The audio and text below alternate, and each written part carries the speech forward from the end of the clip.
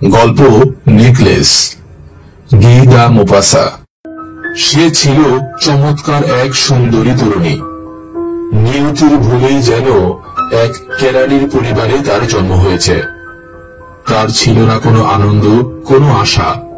পরিচিত হবার, প্রশংসা পাওয়ার, প্রেম লাভ করার এবং কোনো ধনী অথবা বিশিষ্ট লোকের সঙ্গে বিবাহিত হওয়ার কোনো উপায় তার ছিল না। তাই শিক্ষা পরিষদ আপিসের সামান্য এক কেরানির সঙ্গে বিবাহ সে স্বীকার করে নিয়েছিল। নিজেকে সজ্জিত করার অক্ষমতার জন্য সে সাধারণভাবেই থাকত, কিন্তু তার শ্রেণীর অন্যতম হিসেবে সে ছিল অসুখী। তাদের কোনো জাতি বর্ণ নেই, কারণ জন্মের পরে পরিবার থেকেই তারা শ্রী, সৌন্দর্য ও মাধুর্য সম্পর্কে সজাগ হয়ে ওঠে। সহজাত চাতুর্য, প্রকৃতিগত সুরুচি আর বুদ্ধির নমনীয়তা হল তাদের আভিজাত্য, যার ফলে অনেক সাধারণ পরিবারের মেয়েকেও বিশিষ্ট মহিলার সমকক্ষ করে তোলে। সর্বদা তার মনে দুঃখ। তার ধারণা, যত সব সুরুচিপূর্ণ ও বিলাসিতার বস্তু আছে সেইগুলির জন্যই তার জন্ম হয়েছে। তার বাসকক্ষের দারিদ্র্য, হতশ্রী দেওয়াল, জীর্ণ চেয়ার এবং বিবর্ণ জিনিসপত্রের জন্য সে ব্যথিত হতো। তার মতো অবস্থার অন্য কোনো মেয়ে এসব জিনিস যদিও লক্ষ্য করত না, সে এতে দুঃখিত ও ক্রুদ্ধ হতো।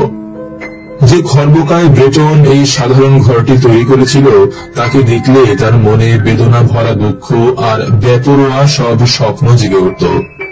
সে ভাবত, তার থাকবে প্রাচ্য চিত্র শোভিত উচ্চ ব্রোঞ্জের আলোকমণ্ডিত পার্শ্ব কক্ষ, আর থাকবে দুজন বেশ মোটা সোটা গৃহভৃত্য। তারা খাটো পায়জামা পরে যে বড় আরাম কেদারা দুটি গরম করার যন্ত্র থেকে বিক্ষিপ্ত ভারী হাওয়ায় নিদ্রালো হয়ে উঠেছে, তাতে শুয়ে ঘুমিয়ে থাকবে। সে কামনা করে একটি বৈঠকখানা, পুরানো রেশমি পর্দা সেখানে ঝুলবে। থাকবে তাতে বিভিন্ন চমৎকার আসবাব, যার ওপর শোভা পাবে অমূল্য সব প্রাচীন কৌতূহল উদ্দীপক সামগ্রী। যেসব পরিচিত ও আকাঙ্ক্ষিত পুরুষ সব মেয়েদের কাম্য, সেসব অন্তরঙ্গ বন্ধুদের সঙ্গে বিকাল 5টায় গল্প গুজব করবার জন্য ছোট সুরভিত একটি কক্ষ সেখানে থাকবে।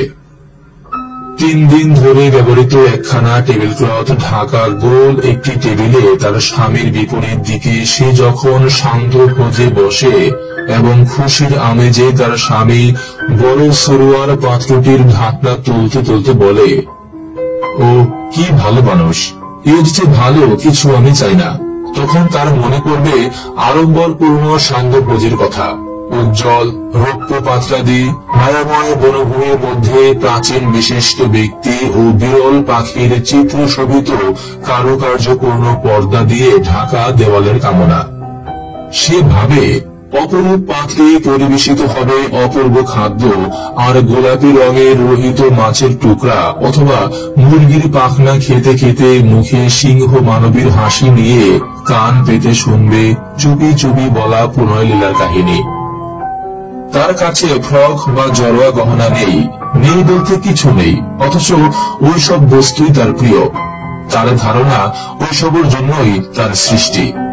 সুখী করার, কাম্য হওয়ার, চালাক ও প্রণয় যাচিকা হবার কতই না ইচ্ছা তার। তার কনভেন্টের সহপাঠিনী এক ধনী বান্ধবী ছিল। তার সঙ্গে দেখা করতে তার ভালো লাগতো না, কারণ দেখা করে ফিরে এসে তার খুব কষ্ট লাগতো। বিরক্তি, দুঃখ, হতাশা ও নৈরাশ্যে সমস্ত দিন ধরে সে কাঁদত। এক সন্ধ্যায় হাতে একটি বড় খাম নিয়ে বেশ উল্লসিত হয়ে তার স্বামী ঘরে ফিরল। সে বলল, এই যে তোমার জন্য এক জিনিস এনেছি। মেয়েটি তাড়াতাড়ি খামটি ছিঁড়ে তার ভেতর থেকে একখানা ছাপানো কার্ড বের করল। তাতে নিজের কথাগুলি মুদ্রিত ছিল। জনশিক্ষা মন্ত্রী ও মাদাম জর্জ রেম্পন্নু আগামী 18 জানুয়ারি সন্ধ্যায় তাহাদের নিজ বাসগৃহে মসি ও মাদাম লুইসেলের উপস্থিতি কামনা করেন। তার স্বামী যেমন আশা করেছিল তেমন ভাবে খুশি হওয়ার পরিবর্তে মেয়েটি বিদ্বেষের ভাব নিয়ে আমন্ত্রণ লিপিখানা টেবিলের উপর নিক্ষেপ করে বিড়বিড় করে বলে, ওখানে নিয়ে তুমি আমায় কি করতে বলো? কিন্তু লক্ষ্মীটি, আমি ভেবেছিলাম এতে তুমি খুশি হবে। তুমি বাইরে কখনো যাও না, তাই এই এক সুযোগ, চমৎকার এক সুযোগ। এটা জোগাড় করতে আমাকে অনেক কষ্ট করতে হয়েছে। সবাই একখানা চায়, কিন্তু খুব বেছে বেছে দেওয়া হয়েছে। কর্মচারীদের বেশি দেওয়া হয়নি। সেখানে তুমি গোটা সরকারি মহলকে দেখতে পাবে। বিরক্তি দৃষ্টিতে তার দিকে তাকিয়ে মেয়েটি অধীর ভাবে বলে উঠল, ওই ঘটনার মতো একটি ব্যাপার কি করে আমি যাব বলে তুমি মনে করো? সে ওই সম্পর্কে কিছু ভাবেনি, তাই সে বিব্রত ভাবে বলে, কেন, আমরা থিয়েটারে যাওয়ার সময় তুমি যে পোশাকটা পরো সেটা পরবে। ওটা আমার কাছে খুব সুন্দর লাগে। তার স্ত্রীকে ফুপিয়ে ফুপিয়ে কাঁদতে দেখে সে আতঙ্কে নির্বাক ও হতবুদ্ধি হয়ে গেল। তার চোখের পাশ থেকে বড় বড় দুপোটা অশ্রু তার গালের উপর গড়িয়ে পড়ল। সে থতমত ভাবে বলল, কি হলো, কি হলো তোমার? প্রবল চেষ্টায় মেয়েটি নিজের বিরক্তি দমন করে তার সিক্ত গণ্ড মুছে ফেলে শান্ত কণ্ঠে জবাব দেয়, কিছুই না, শুধু আমার কোনো পোশাক নেই বলে আমি ওই ব্যাপারে যেতে পারবো না। তোমার যে কোনো সহকর্মীর স্ত্রীর পোশাক আমার চেয়ে যদি ভালো থাকে, কারখানা নিয়ে তাকে দাও। সে মনে মনে দুঃখ পায়। তারপর সে জবাব দেয়, মাতিলদা, বেশ তো, চলো আলাপ করি আমরা। এমন কোন পোশাক, অন্য কোন উপলক্ষেও যা দিয়ে কাজ চলবে, অথচ বেশ সাদা সিধা। তার দাম কত আর হবে? কয়েক সেকেন্ড মেয়েটি চিন্তা করে দেখে এমন একটি সংখ্যার বিষয় স্থির করল, যা চেয়ে বসলে হিসাবি কেরানির কাছ থেকে সঙ্গে সঙ্গে এক আতঙ্কিত প্রত্যাখ্যান যেন না আসে। শেষ পর্যন্ত ইতস্তত করে মেয়েটি বলল, আমি ঠিক বলতে পারছি না, তবে আমার মনে হয় 400 ফ্রা হলে তা কেনা যাবে। শুনে তার মুখ ম্লান হয়ে গেল, কারণ তার যেসব বন্ধু গত রবিবারে নানতিয়ারের সমভূমিতে ভরত পাখির শিকারে গিয়েছিল, আগামী গ্রীষ্মে তাদের সঙ্গে যোগ দেওয়ার ইচ্ছায় একটি বন্দুক কিনবার জন্য ঠিক ততটা অর্থই সে সঞ্চয় করেছিল। তা সত্ত্বেও জবাব দিল, বেশ তো, আমি তোমায় 400 ফ্রা দেব, কিন্তু বেশ সুন্দর একটি পোশাক কিনে নিও।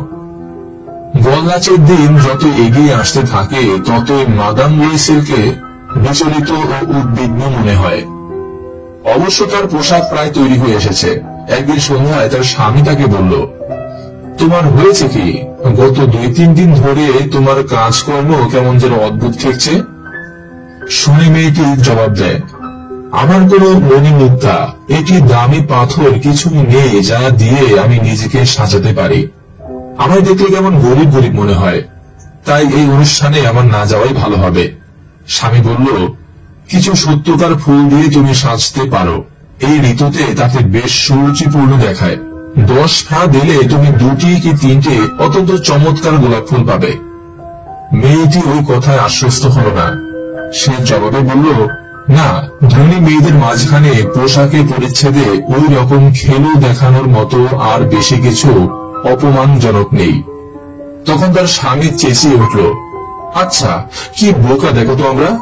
যাও, তোমার বান্ধবী মাদার ফোর্স্টিয়ারের সঙ্গে দেখা করে তাকে বলো তার জড়োয়া গহনা যেন তোমাকে ধার দেয়। এইটুকু আদায় করার তো তার সঙ্গে তোমার পরিচয় যথেষ্ট। সে আনন্দ ধ্বনি করে উঠল। তারপর সে বলল, সত্যি তো, এটা আমি ভাবিনি। পরদিন সে তার বান্ধবীর বাড়িতে গিয়ে তার দুঃখের কাহিনী তাকে বলল। মাদাম ফোর্স্টিয়ার তাকে কাঁচের দরজা লাগানো গোপন কক্ষে গিয়ে বড় একটি জড়োয়া গহনার বাক্স বের করে এনে তা খুলে বলল, ভাই, যার ইচ্ছা এখান থেকে নাও। সে প্রথমে দেখল কয়েকটি কঙ্কন, তারপর একটি মুক্তার মালা ও মণিমুক্তা খচিত চমৎকার কারুকার্য ভরা একটি সোনার ভিনিসার ক্রোশ। আয়নার সামনে গিয়ে সে জড়োয়া গহনাগুলি পরে পরে দেখে আর ইতস্তত করে, কিন্তু ওগুলি নেওয়ার সিদ্ধান্ত করতে ছেড়ে যেতেও পারে না। তারপর সে জিজ্ঞাসা করে, আর কিছু তোমার নেই? কেন, আছে, তোমার যা পছন্দ তুমি তা বেছে নাও। হঠাৎ সে কালো স্যাটিনের একটি বাক্সে দেখল অপরূপ একখানা হীরার হার। অদম্য কামনায় তার বুক দূর দূর করে। সেটা তুলে নিতে গিয়ে তার হাত কাঁপে। সে তার পোশাকের উপর দিয়ে সেটা গলায় তুলে নেয় এবং সেগুলো দেখে আনন্দে বিহ্বল হয়ে যায়। তারপর উদ্বেগ ভরা ইতস্তত ভাবে সে জিজ্ঞাসা করল, তুমি ওইখানে আমায় ধার দেবে? শুধু এটা? কেন দেব না, নিশ্চয় দেব। সে সবেগে তার বান্ধবীর গলা জড়িয়ে ধরে, পরম আবেগে তাকে বুকে চেপে ধরে। তারপর তার সম্পদ নিয়ে এসে চলে আসে। বল নাচের দিন এসে গেল। মাদাম লুইসেলের জয় জয়কার। সে ছিল সবচেয়ে সুন্দরী, সুরুচিময়ী, সুদর্শনা, হাস্যময়ী ও আনন্দপূর্ণ। সব পুরুষ তাকে লক্ষ্য করছিল, তার নাম জিজ্ঞাসা করে তার সঙ্গে আলাপের আগ্রহ প্রকাশ করছিল। মন্ত্রিসভার সব সদস্যদের তার সঙ্গে ওয়াল্টজ নৃত্য করতে ইচ্ছা হচ্ছিল। স্বয়ং শিক্ষামন্ত্রী তার দিকে দৃষ্টি দিচ্ছিলেন। আনন্দে মত্ত হয়ে আবেগ ও উৎসাহ নিয়ে সে নৃত্য করছিল। তার রূপের বিজয় গর্বে, সাফল্যের গৌরবে সে আর কিছুই ভাবে না। এক আনন্দের মেঘের উপর দিয়ে যেন ভেসে আসছিল এই সব আহতি ও মুগ্ধতা আর জাগ্রত সব কামনা। যে কোনো মেয়ের অন্তরে এই পরিপূর্ণ বিজয় কত মধুর। ভোর 4টার দিকে সে বাড়ি ফিরে গেল। অন্য সেই 3 জন ভদ্রলোকের স্ত্রী খুব বেশি ফুর্তিতে মত্ত ছিল। তাদের সঙ্গে তার স্বামী ছোট একটি বিশ্রাম কক্ষে মধ্যরাত্রি পর্যন্ত আধ ঘুমে বসেছিল। বাড়ি ফিরবার পথে গায়ে জড়াবার জন্য তারা যে 8 পৌরের সাধারণ চাদর নিয়ে এসেছিল, সে তার কাঁধের ওপর সেটা ছড়িয়ে দেয়। বল নাচের পোশাকে অপরূপ সৌন্দর্যের সঙ্গে ওয়েটিং দারিদ্র সুপরিস্ফুট হয়ে উঠছিল। মেয়েটি তা অনুভব করতে পারে, তাই অন্য যেসব ধনী মেয়ে দামি পশমি চাদর দিয়ে গা ঢেকেছিল, তাদের চোখে না পড়বার জন্য সে তাড়াতাড়ি এগিয়ে যেতে লাগলো। লুইসেল তাকে টেনে ধরে বলল, থামো, তোমার ঠান্ডা লেগে যাবে ওখানে, আমি একখানা গাড়ি ডেকে আনি। কিন্তু মেয়েটি কোনো কথায় কান না দিয়ে তাড়াতাড়ি সিঁড়ি বেয়ে নামতে থাকে। রাস্তায় যখন তারা পৌঁছে গেল, সেখানে কোনো গাড়ি পাওয়া গেল না। তারা গাড়ির খোঁজ করতে করতে দূরে কোনো একখানাকে দেখে তার গাড়োয়ানকে ডাকতে থাকে। হতাশ হয়ে কাঁপতে কাঁপতে তারা সিন নদীর দিকে হাঁটতে থাকে। শেষ পর্যন্ত যে পুরাতন একখানা তারা পায়, তা হলো সেই নিশাচর 2 যাত্রীর গাড়ি, যা প্যারিতে সন্ধ্যার পর লোকের চোখে পড়ে, তার একখানা, যেই দিনে এইগুলি নিজের দুর্দশা দেখাতে লজ্জা পায়। ওইখানি তাদের মার্টার স্ট্রিটে ঘরে দরজা পর্যন্ত নিয়ে গেল। তারা ক্লান্ত ভাবে তাদের কক্ষে গেল। মেয়েটির সব কাজ শেষ, কিন্তু স্বামীর ব্যাপারে তার মনে পড়ল যে 10টায় তাকে আপিসে গিয়ে পৌঁছাতে হবে। নিজেকে গৌরবমণ্ডিত রূপে শেষ একবার দেখার জন্য সে আয়নার সামনে গিয়ে তার গলার চাদরখানা খোলে। হঠাৎ সে আর্তনাদ করে উঠল, তার হাড়খানা গলায় জড়ানো নেই। তার স্বামীর পোশাক তখন অর্ধেক খোলা হয়েছে মাত্র। সে জিজ্ঞাসা করল, কি হয়েছে? উত্তেজিত ভাবে মেয়েটি তার দিকে ফিরে বলল, আমার কাছে মাদাম ফোরেস্টিয়ারের হাড়খানা নেই। আতঙ্কিত ভাবে সে উঠে দাঁড়ালো। কি বললে? তা কি করে হবে? এটা সম্ভব নয়। পোশাকের ও বহির্বাসের ভাঁজের মধ্যে, পকেটে, সব জায়গায় তারা খোঁজ করে, কিন্তু তা পাওয়া গেল না। স্বামী জিজ্ঞাসা করলো, ওই বাড়ি থেকে চলে আসবার সময় তা যে তোমার গলায় ছিল, তোমার ঠিক মনে আছে? হ্যাঁ, আমরা যখন বিশ্রাম কক্ষ দিয়ে বেরিয়ে আসছিলাম তখনও তা ছিল, আমার খেয়াল আছে। কিন্তু তুমি যদি ওটা রাস্তায় হারাতে, ওটা পড়বার শব্দ আমাদের শোনা উচিত ছিল। গাড়ির মধ্যে নিশ্চয় পড়েছে মনে হয়। হ্যাঁ, সম্ভবত তাই হবে। তুমি গাড়ির নম্বরটি টুকে নিয়েছিলে? না। আর তুমি কি তা লক্ষ্য করেছিলে? না।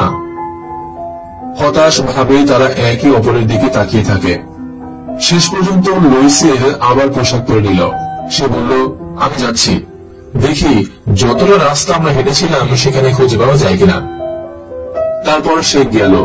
মেয়েটি তার সান্ধ্য গাউন পরিয়ে রয়ে গেল। বিছানায় শুতে যাওয়া শক্তি তার নেই। কোনো উচ্চাসা বা ভাবনা ছাড়াই সে একখানা চেয়ারে গা এলিয়ে পড়ে রইল। সকাল 7টার দিকে তার স্বামী ফিরে এলো। কিছুই সে খুঁজে পায়নি। সে পুলিশের কাছে ও গাড়ির আপিসে গিয়েছিল এবং পুরস্কার ঘোষণা করে একটি বিজ্ঞাপনও দিয়ে এসেছে। সে যথাসাধ্য করে এসেছে বলে তাদের মনে কিছুটা আশা হলো। ওই ভয়ানক বিপর্যয় মেয়েটি সারাদিন এক বিভ্রান্ত অবস্থায় কাটালো। সন্ধ্যাবেলা যখন লুইসেল ফিরে এলো, তখন তার মুখে যন্ত্রণার মলিন ছাপ। কিছুই সে খুঁজে পায়নি। সে বলল, তোমার বান্ধবীকে লিখে দিতে হবে যে হাড়খানার আংটা তুমি ভেঙে ফেলেছ। তাই তা তুমি মেরামত করতে দিয়েছ, তাতে আমরা ভেবে দেখবার সময় পাব। তার নির্দেশ মতো মেয়েটি লিখে দিল।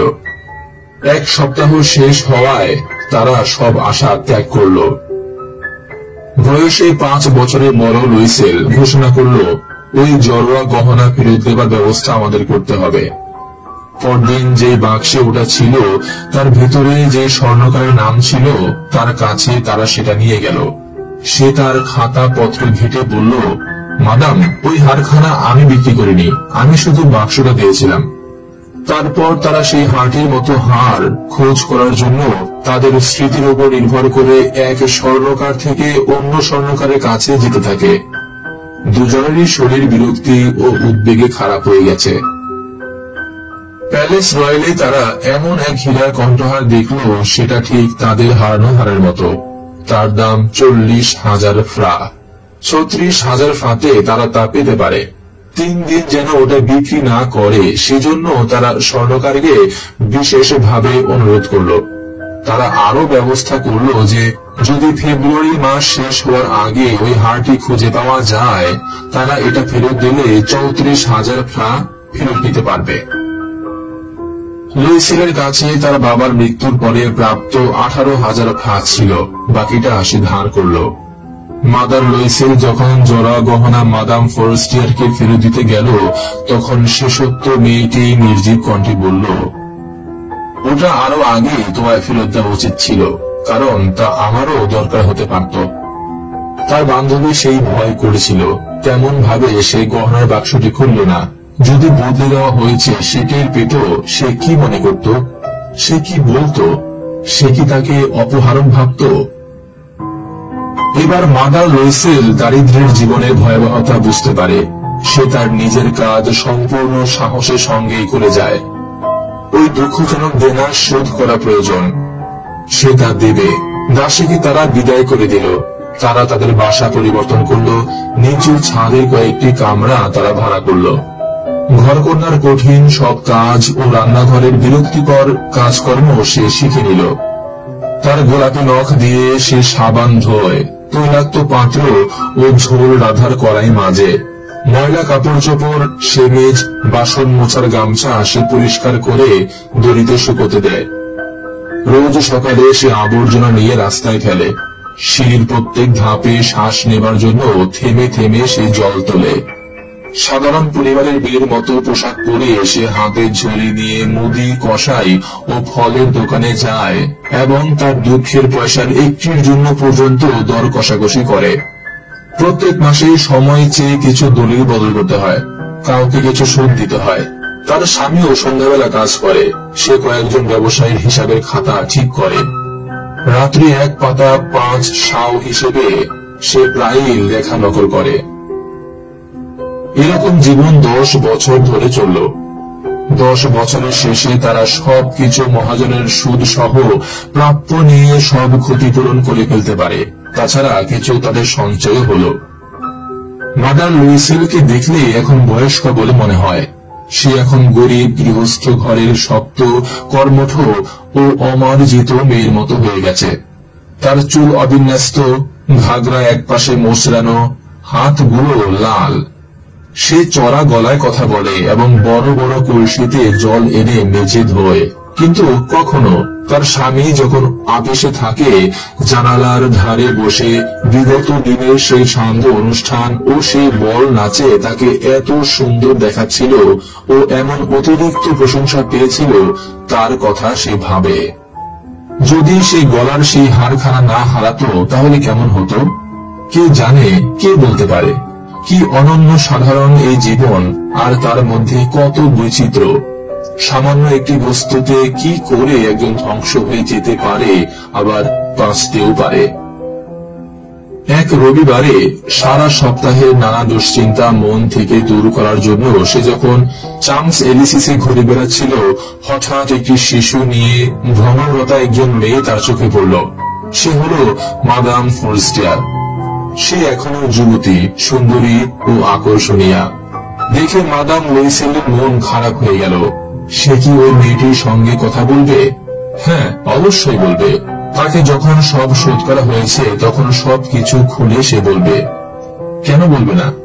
সে মেয়েটির কাছে এগিয়ে গিয়ে বলল, সুপ্রভাত জেনি। তার বন্ধু তাকে চিনতে পারল না। এক সাধারণ মানুষ তাকে এমন অন্তরঙ্গ ভাবে সম্বোধন করায় সে অবাক হলো। সে বিব্রত ভাবে বলল, কিন্তু মাদাম, আপনাকে তো আমি চিনলাম না। বোধহয় আপনার ভুল হয়েছে। না, আমি মাতিলদা লুইসেল। তার বান্ধবী বিস্ময়ে চেঁচিয়ে উঠে বলল, হায় আমার বেচারি মাতিলদা, এমন ভাবে কি করে তুমি বদলে গেলে?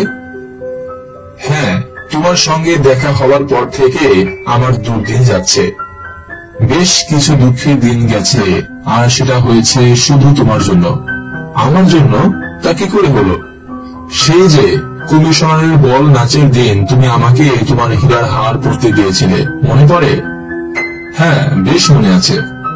কথা হচ্ছে সেখানে আমি হারিয়ে ফেলেছিলাম। কি বলছো তুমি? কি করে তা আমায় তুমি ফেরত দিয়েছিলে? ঠিক সেখানের মতো একটি তোমাকে আমি ফেরত দিয়েছিলাম।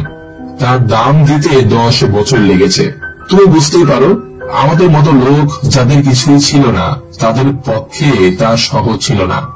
কিন্তু তা শেষ হয়েছে এবং সেজন্য আমি এখন ভালোভাবে নিশ্চিন্ত হয়েছি। মাদাম ফরেস্টিয়ার তাকে কথার মাঝ পথে থামিয়ে বলল, তুমি বলছো যে আমারটা ফিরিয়ে দেওয়ার জন্য তুমি একখানা হীরার হার কিনেছিলে? হ্যাঁ, তা তুমি খেয়াল করোনি? ওই দুটি একরকম ছিল। বলে সে গর্বের ভাবে ও সরল আনন্দে একটু হাসল। দেখে মাদার ফরেস্টিয়ারের মনে খুব লাগলো। সে তার দুটি হাত নিজের হাতের মধ্যে নিয়ে বলল, হায় আমার বেচারি মাতিলদা, আমারটি ছিল নকল। তার দাম 500 ফ্রার বেশি হবে না।